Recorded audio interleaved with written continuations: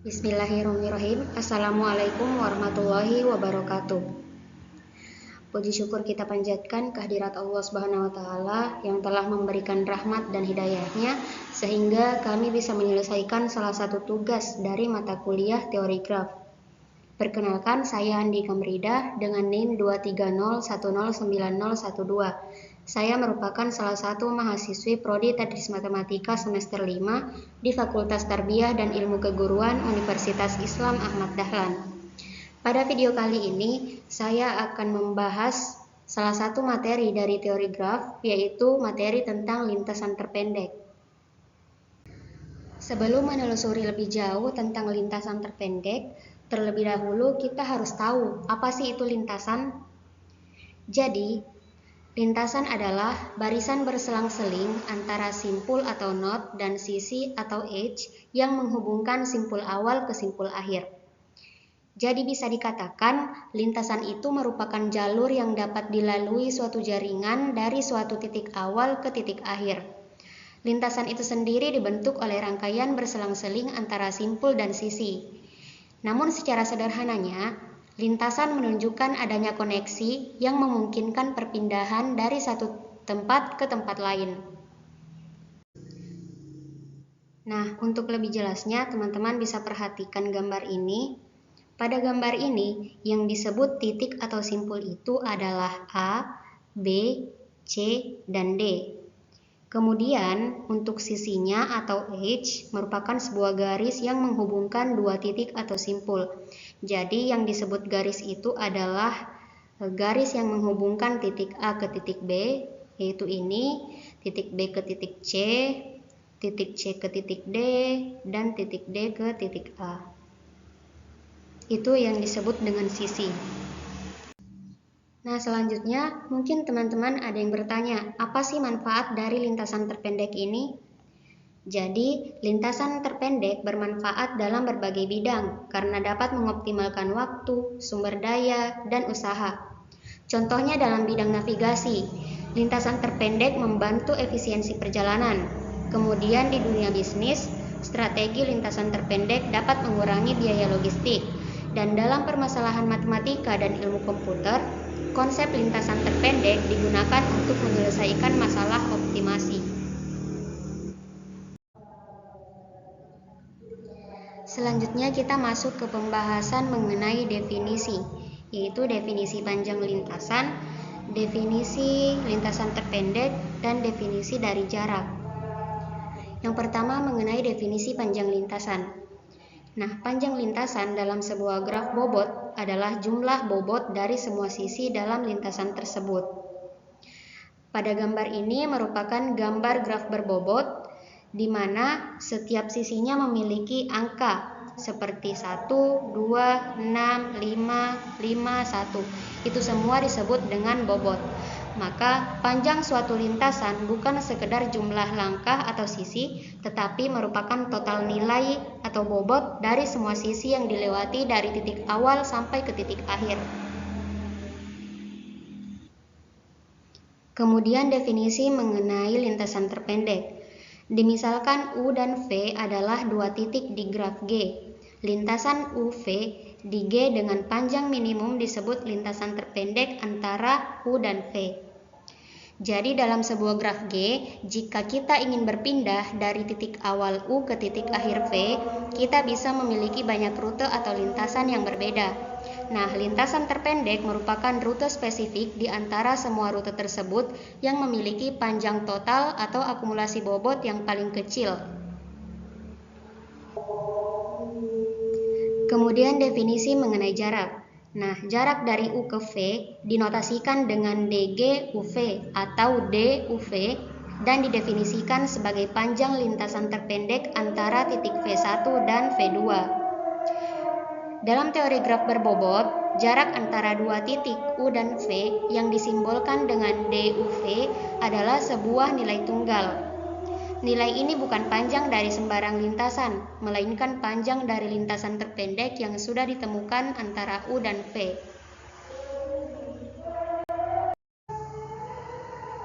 Oke, sekarang kita masuk ke contoh soalnya. Di sini kita diberikan gambar graf berbobot dan kita diminta untuk menentukan lintasan terpendek dari titik V1 ke V5.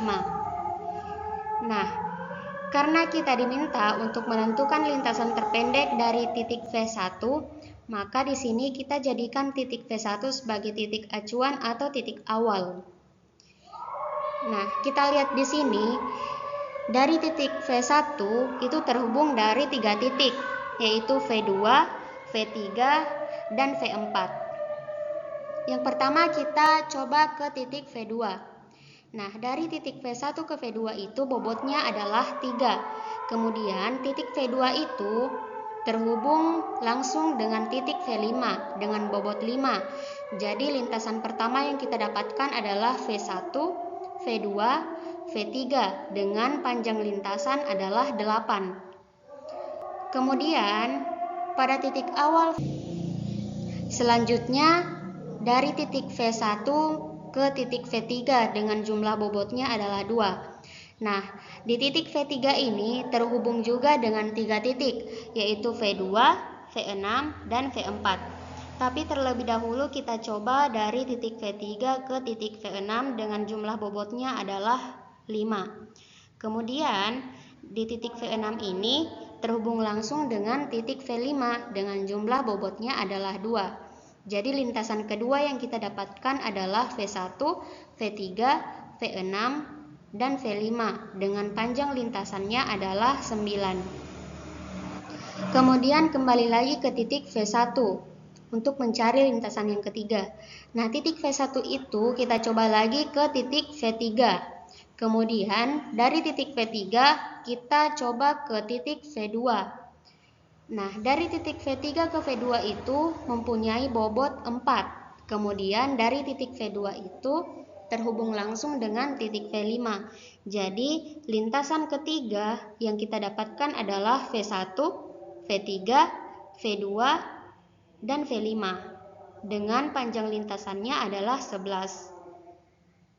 Kemudian V1 itu juga terhubung dengan V4, di mana dari V1 ke V4 itu nilai bobotnya adalah 1. Nah, di titik V4 ini terhubung dengan titik V3 dan V7. Tapi kita coba terlebih dahulu ke titik V7 dengan bobotnya adalah 2. Nah, di titik V7 itu terhubung dengan titik V6 dan V10. Tapi kita ambil untuk titik V6-nya dengan bobot adalah 2. Kemudian di titik V6 terhubung langsung dengan titik V5. Jadi lintasan keempat yang kita dapatkan adalah V1, V4, V7, V6, dan V5. Dengan panjang lintasannya itu adalah 7. Kemudian lintasan yang kelima kita ambil lagi dari V1 ke V4 dan dari V4 kita coba ke V3 dengan bobotnya adalah 5. Nah, dari V3 kita coba ke V2 dengan bobotnya 4 dan V2 itu terhubung langsung dengan V5 dengan bobot 5. Jadi lintasan kelima yang kita dapatkan adalah V1, V4, V3, V2, V5 dengan panjang lintasannya adalah 15. Kemudian lintasan dari V1 ke V4, kemudian dari V4 ke V3, dan dari V3 kita coba ke V6. Nah, V6 ini terhubung langsung dengan titik V5 dengan bobotnya adalah 2. Jadi lintasan yang ke-6 kita dapatkan V1, V4, V3, V6, dan V5 dengan panjang lintasannya adalah 13. Kemudian untuk menentukan lintasan terpendeknya, kita lihat akumulasi dari nilai bobotnya, mana yang paling terkecil. Untuk lintasan pertama bobotnya 8, lintasan kedua 9, lintasan ketiga 11, lintasan keempat 7, lintasan kelima adalah 15, dan lintasan keenam adalah 13. Namun, ada cara yang lebih mudah untuk menentukan lintasan.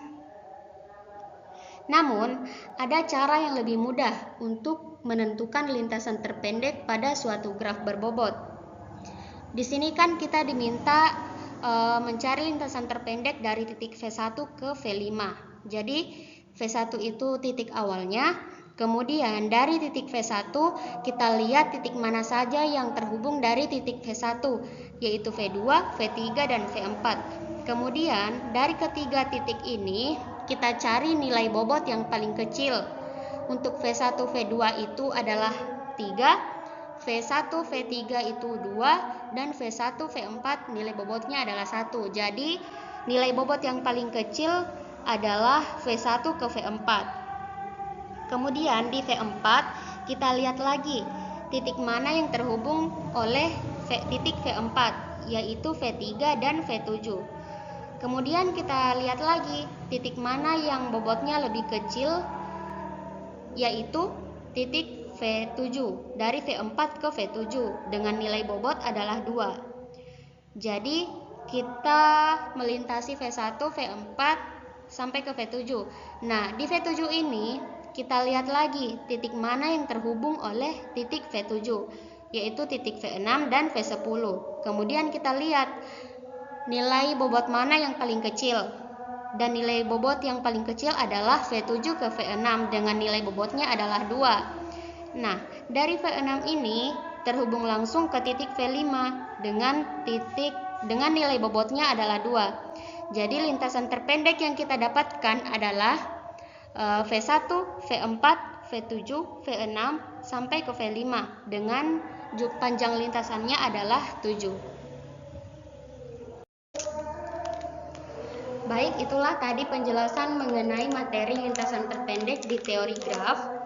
Lebih dan kurangnya mohon dimaafkan. Saya akhiri dengan ucapan billahi fisabilil haq fastabiqul khairat. Assalamualaikum warahmatullahi wabarakatuh.